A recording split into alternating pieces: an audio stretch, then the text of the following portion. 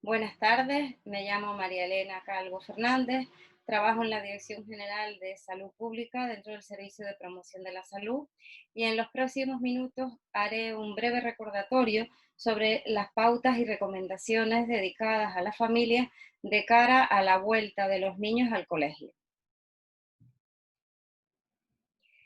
El coronavirus SARS-CoV-2 es un nuevo tipo de coronavirus que produce la enfermedad de la COVID-19. Se transmite por contacto directo de las mucosas de nariz, ojo, boca con las gotas respiratorias que emite una persona enferma al toser o estornudar, o también a través de las manos contaminadas con esas gotas al tocarse las mucosas. Es poco probable su transmisión a más de 2 metros de distancia.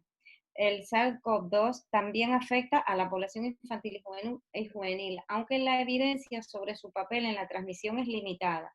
El principal mecanismo de transmisión en los niños es intrafamiliar. Los centros educativos son espacios de convivencia donde es necesario establecer medidas de prevención, higiene y promoción de la salud.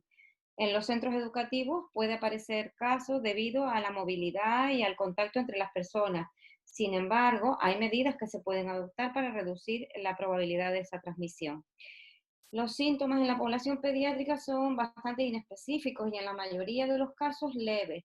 Se presentan como tos, fiebre, congestión nasal, mocos, dolor de garganta, diarrea, vómitos, malestar general, etc. Se cree que hasta un 13% puede llegar a ser asintomático. ¿Cómo diferenciamos un resfriado común de una COVID-19? Pues existen algunos pequeños matices que nos permitan diferenciar las dos patologías. El resfriado no siempre se presenta con fiebre, en el coronavirus es bastante frecuente. En el resfriado la congestión y los mocos son frecuentes, mientras que en el coronavirus es raro. La dificultad respiratoria en el resfriado es rara, salvo que el niño padezca una hiperreactividad bronquial, pero en el coronavirus es muy frecuente. Los dolores musculares son raros en el resfriado, mientras que en el coronavirus también son frecuentes. Los estornudos son muy frecuentes en un resfriado, mientras que en el coronavirus no lo son. La duración de un resfriado oscila en torno a los 7-10 días, mientras que el coronavirus, su duración más o menos está entre los 7 y 25 días. El niño no deberá acudir al centro educativo en los siguientes casos. Por un lado, si se encuentra en periodo de aislamiento por presentar sintomatología sospechosa o haber sido diagnosticado de la enfermedad. Y tampoco deberá acudir aunque no tenga síntomas, si ha estado en contacto estrecho con familiares, convivientes o personas que hayan tenido contacto con un enfermo en unas 48 horas antes de los síntomas, a una distancia menor de 2 metros y durante un tiempo de al menos 15 minutos. En ese caso, deberá quedarse en casa en cuarentena unos 14 días y durante ese periodo su médico de referencia realizará el seguimiento por si aparecen síntomas de la enfermedad. Y si los síntomas se inician en casa, los padres deberán verificar que el niño no tiene fiebre, controlando la temperatura diariamente antes y después de asistir al colegio. Y que además tampoco presenta cualquier otra sintomatología, como por ejemplo un cuadro de infección respiratoria aguda que ha aparecido súbitamente y que cursa con tos, con fiebre, dolor de cabeza, garganta, etc. En caso de tener alguno de estos síntomas, deberá permanecer en casa y la familia deberá notificarlo inmediatamente al centro. Se considera un caso de fiebre habitualmente si presenta una temperatura mayor o igual a 37,5. Habrá que contactar telefónicamente o de forma telemática con su centro de atención primaria para recibir las instrucciones. Esta situación de no asistencia al centro se mantendrá hasta que el profesional sanitario de referencia confirme la ausencia de riesgo para el alumno y para el resto del alumnado del centro. El menor y el resto de la familia deberá cumplir siempre con las indicaciones de cuarentena o de aislamiento que recomienden el personal sanitario o de la línea 900, tanto por ser contacto de un familiar como por ser caso, aunque se encuentre bien. El conocimiento que sobre el virus y la enfermedad se tiene ha ido cambiando muy rápidamente y lo va a seguir haciendo, por lo que las recomendaciones también podrían variar, sin que esto indique arbitrariedad, por lo que les mantendremos informados periódicamente de los cambios y actualizaciones que vayan surgiendo. Lo haremos coordinadamente entre las consejerías de Educación y de Sanidad. y en caso de duda le recomendamos que acuda a fuentes oficiales. Si los síntomas se inician en el centro educativo, se deberá tomar la temperatura al alumno, preferiblemente con termómetro sin contacto. El niño o niña que presente síntomas sospechosos de enfermedad será aislado del resto de sus compañeros, acompañado de una sala de aislamiento preparado con esa finalidad. Se le facilitará una mascarilla quirúrgica hasta que lleguen sus padres o tutores legales y estará en todo momento acompañado por un adulto, quien seguirá las medidas de protección recomendadas. Estará debidamente protegido con una mascarilla quirúrgica o higiénica en el caso de que el niño presente síntomas leves, o una mascarilla FFP2 sin válvula en el caso de que el niño menor de 6 años o presente problemas respiratorios, tenga dificultad para quitarse la mascarilla por sí solo o presente alteraciones de conducta que hagan inviable su utilización. Y además deberá protegerse con una pantalla facial y una bata desechable. El espacio destinado para el aislamiento deberá ser una habitación que pueda ser ventilada y disponer de papelera con pedal y tapa. Se avisará al responsable COVID del centro, quien contactará con el teléfono de la línea 900 para notificar la situación y recibir instrucciones. Si tras la llamada se descarta la sospecha inicial, el alumno o alumna podrá regresar al aula, donde se continuará con la jornada escolar. Y si la sospecha es confirmada tras esa llamada, se avisará a la familia para proceder a la recogida del alumno o alumna. La familia recogerá al niño o a la niña en el centro escolar y se aconseja que sea en un transporte seguro con las medidas higiénicas, debiendo evitarse transporte público. Todos los miembros de la familia que convivan deben permanecer en el domicilio hasta la valoración por parte de los responsables sanitarios, al ser contacto estrecho con un caso sospechoso.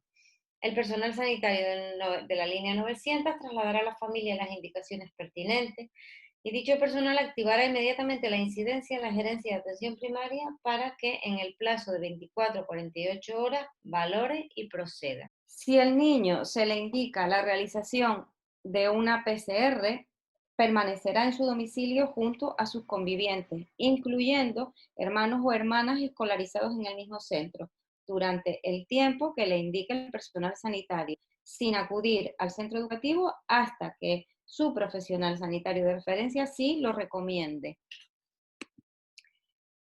En cuanto al papel de la familia, es muy importante para que se puedan cumplir las recomendaciones realizadas por los responsables sanitarios de cara a intentar acabar con esta situación de pandemia en la que nos encontramos. Los padres o tutores legales deben apoyar con su colaboración la puesta en marcha de las medidas establecidas.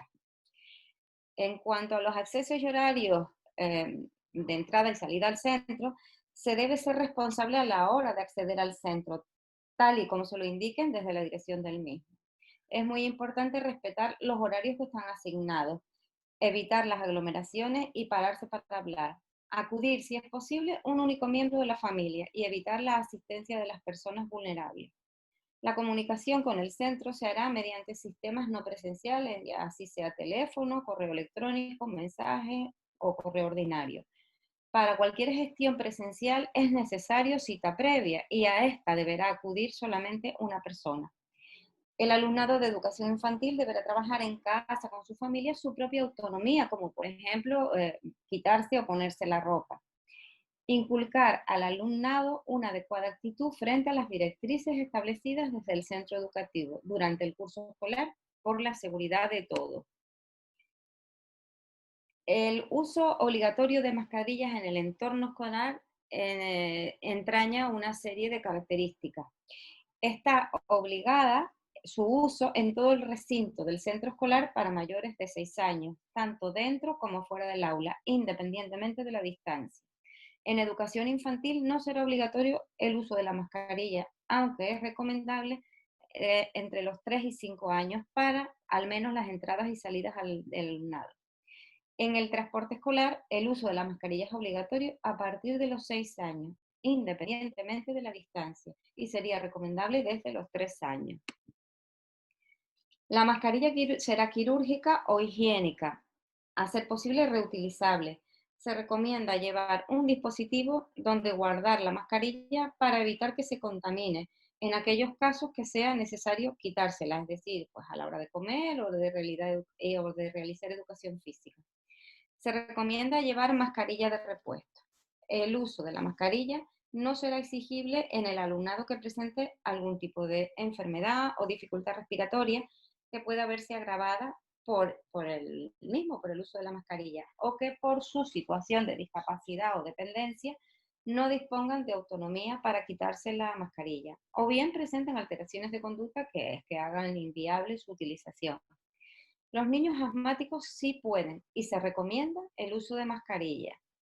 Tampoco será exigible en el caso de ejercicio de deporte individual al aire libre, siempre y cuando se mantenga la distancia interpersonal de seguridad de al menos 1,5 metros. En cuanto a la higiene y prevención en el entorno escolar, es muy importante reforzar desde casa las rutinas de higiene, tanto de manos como respiratoria.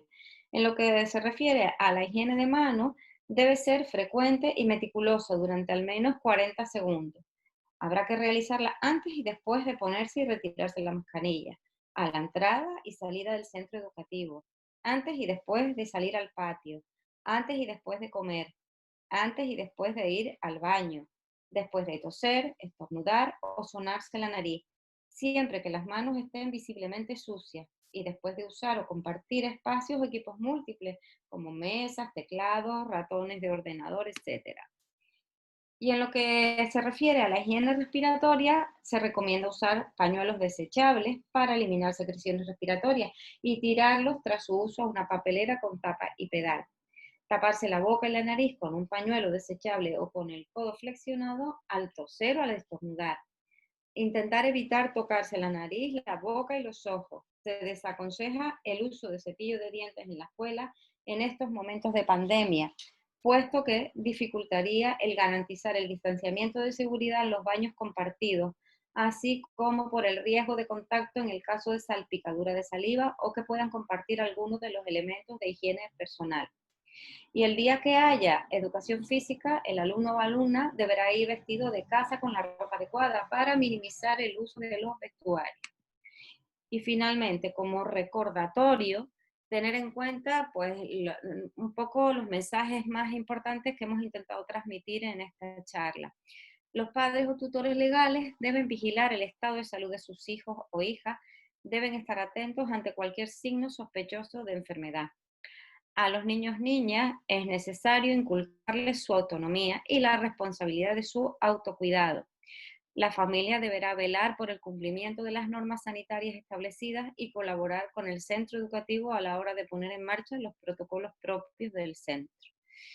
Esta pandemia podremos combatirla si cumplimos con las medidas básicas recomendadas, las famosas 3M: uso de mascarilla, lavado de manos y metros, es decir, guardando la distancia de seguridad de igual o mayor a 1,5 metros. Muchas gracias.